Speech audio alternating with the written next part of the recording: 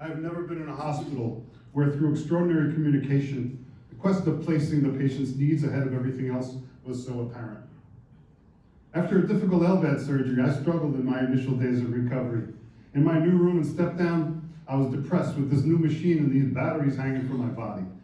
I was miserable to my wife, and I was rude to the nurses.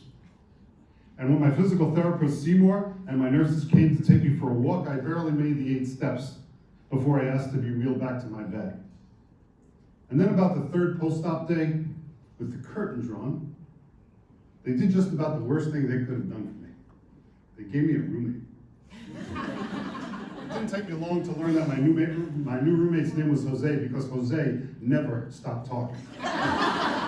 His wife would come and he would talk to his wife, and then his daughter would come, and then they talk, and then his son would come, and they kept talking, and I just needed a little rest. I just wanted a little bit of rest.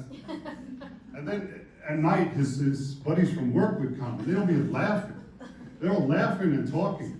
And I learned that Jose was supposed to go for a triple bypass surgery. I mean, what's funny about that, right? Well, this went on for close to 2 days, and by the second day, I had had it. And about a little before midnight, the second night, I thought of a plan. I thought, because my walker was about 8 feet from my bed, that if I rolled out of the bed the way Seymour had taught me to do, for when I ever got home, if I did get home, that I could reach the walker and walk outside to a chair that I remember being outside one of the patient rooms.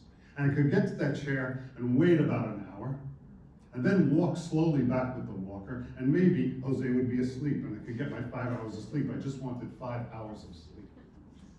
So, a little after midnight, Jose was on his phone in the bathroom, I think, and I rolled out of the bed, and I grabbed my walker, and I started to walk towards the hallway, and when I looked to the left, near Jose's bed, I saw there was a stack of Bibles, and about 12 statues, religious artifacts.